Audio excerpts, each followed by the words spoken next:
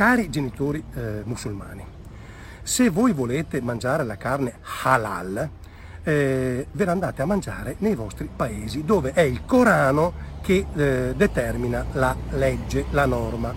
Nel paese in cui vivete oggi, cioè l'Italia, e nella regione in cui vivete oggi, cioè il Veneto, le leggi le fa la regione, le fa il Parlamento, non le fa il Corano, per cui noi dobbiamo rispettare le leggi, le norme delle istituzioni, non di un libro religioso. L'assessore leghista Marcato risponde così alla richiesta di un gruppo di genitori bengalesi con i figli frequentanti la scuola Giulio Cesare di Mestre di poter inserire nel menù della mensa la carne halal, una vicenda che sta scatenando non poche polemiche, soprattutto per le modalità di preparazione di questa carne. Questa carne halal è una carne che per essere tale la bestia deve essere macellata secondo un rituale, vado a leggere, ovvero seguire le linee guida tradizionali indicate dalla Sunna, quindi Corano.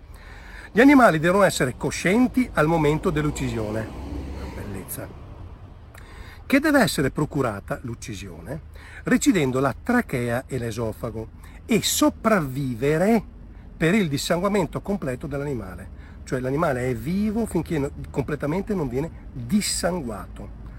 Io la trovo una atrocità assoluta questa. Se l'agnello viene ucciso da un macellaio italiano, apriti cielo. Se gli animali vengono trucidati con enormi sofferenze senza rispettare, questo non è un problema, ma fatemelo capire.